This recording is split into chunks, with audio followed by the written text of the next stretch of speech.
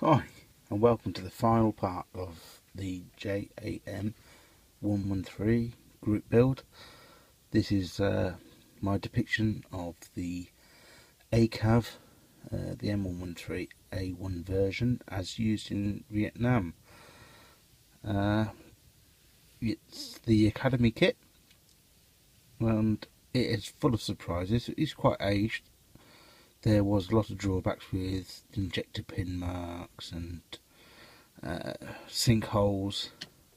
So apart from that, it's probably better than the Tamiya version, which it just seems to fit better, and loads of extras and seem to fit the part better. It's painted in Tamiya acrylics. I used the XF27 black green as a priming colour. Now the reason for this is the vehicles in Vietnam, majority of them were painted a very dark green, not the khaki olive green as you might have seen elsewhere in theatres of operations and Second World War and all that. So it's quite unique that it's a darker colour. And I've actually seen these vehicles over in Vietnam, in Saigon. The museum there. There's one of these ACAVs packed out there. Well, it wasn't the ACAV, it was just an M113, but it was very dark green, and a few of the vehicles were as well. You know, there's an M48 A3, and a couple of the bits and pieces which were very, very dark. And some pictures you see, if you go online, you'll see it being very dark as well. But anyway, that's enough of being dark. There's enough dark subject there. Yeah, I've nicked pieces off the original ACAV kit from Tamiya, like this screen there, which was used at the front of the vehicles, or around the vehicles, when they hold up for the night. And basically, it was just chicken wire, and basically it stopped RPGs or rocket propelled grenades penetrating through into the armour. It's like a standoff armour. It sort of hit the chicken wire and detonated prior, and it actually worked. So, but then again, they used to put a lot of sandbags on the vehicles and overweighted the axle weights because of the mines, and so there's a lot of things you can add onto these vehicles, and they're geared up quite well. Now, this vehicle was depicted as a cavalry version, cavalry armoured unit version of the 11th, and it's a call sign Eagle 26, which means it was E Company 26 vehicle. Whether that's right or not, I don't know, but the decals can only give you so much information. And this was used in the period between 67, 69, 70 sort of period of time. So it's got loads of scope for different paraphernalia to be added onto it. War slogans and bits and pieces like Cloud 9, Catherine's Girl. That could have been the driver or the gunners or the commander's girlfriend's name or a friend of theirs, I don't know. Or maybe just a local Vietnamese woman that they met down at the local evening entertainment shop. 3 of the crew I've used are the Academy ones. One being the driver, the commander, and this guy at the back here, swigging on the tin. He looks like a pit bull chewing a wasp. His expression on his face, but it looks like he's just taking a swig from his Coke can. I depicted it as Coke because I wanted a non-alcoholic version. Then this guy here, he's got his blooper, ready to fire, ready for action.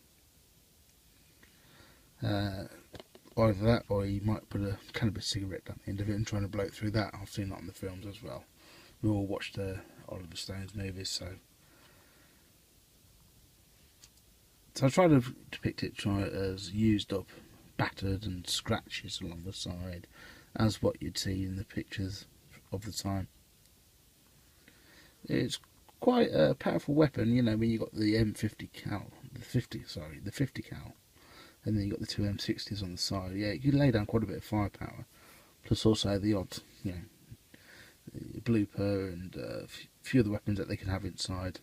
Sometimes they're fitted with the minigun was added and things like that. But that had an enormous appetite for using up a lot of ammunition. So, but it was good for cutting down trees.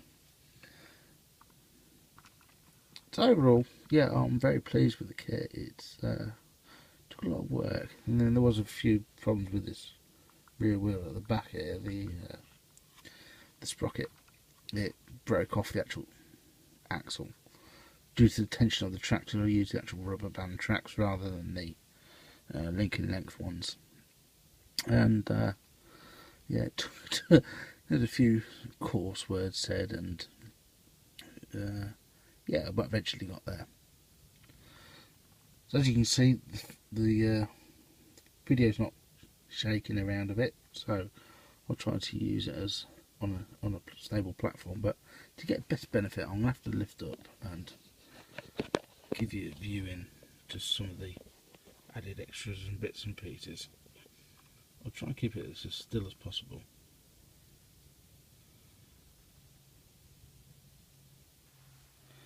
As you can see on the side of the turret, there is smoke grenades, ammunition pouches, ready at hand, and then with the ammunition tin for the 50 cal. Then on the back here gets to the fun stuff. You've got to have the tunes. You can just hear it painted black or White Rabbit or a few other tunes from the, or even Adrian Cronauer barking out "Good Morning Vietnam." You can imagine that actually happening there. Inside it's holed up with a load of equipment, bits and pieces. A lot of the troops rode on the top of these vehicles because with it being aluminium armour, it's very susceptible to mine penetrations to the side, and who'd want to be inside a metal box which is getting hell kicked out of it and holes being put into it. You just want to get out quickly as possible. So most of them rode on the top, and this is what I'm trying to depict here.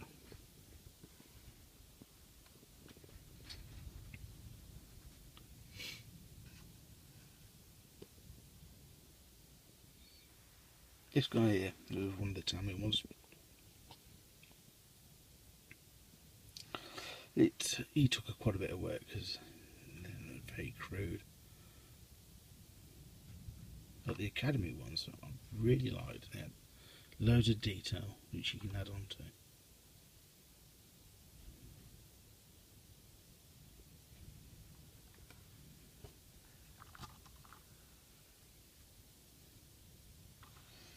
So overall, would I approve this kit? Yeah, I would. I think, considering on the market there's only the Tammy and the Academy version, you've got to go for this version. And the Tammy one just doesn't touch it. But it'd be good to see someone like AFV Club, or maybe Meng, who knows, make something like this. The other thing is the trim vane. This was just plywood.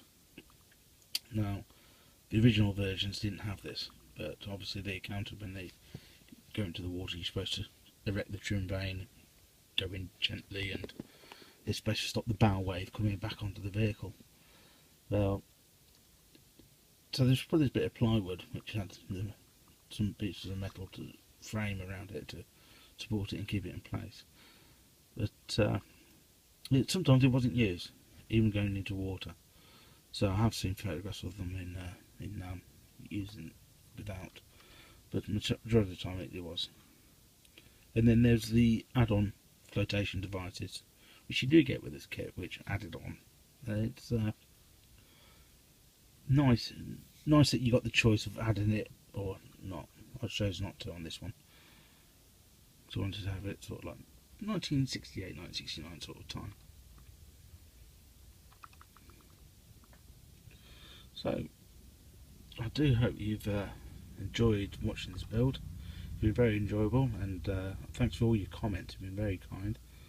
I say it's new to me actually videoing and putting or even joining a group build on these sort of things. So I've done group builds on forums, but nothing like this. So it's been very emotional, a bit tiring at times, but mind you, I've been building 2 other models at the time, which I'm not normally used to with my workload. So, and thanks for bearing with me with the dodgy videos at times. So, and just wish you all the best, and thanks for letting me join in your group build.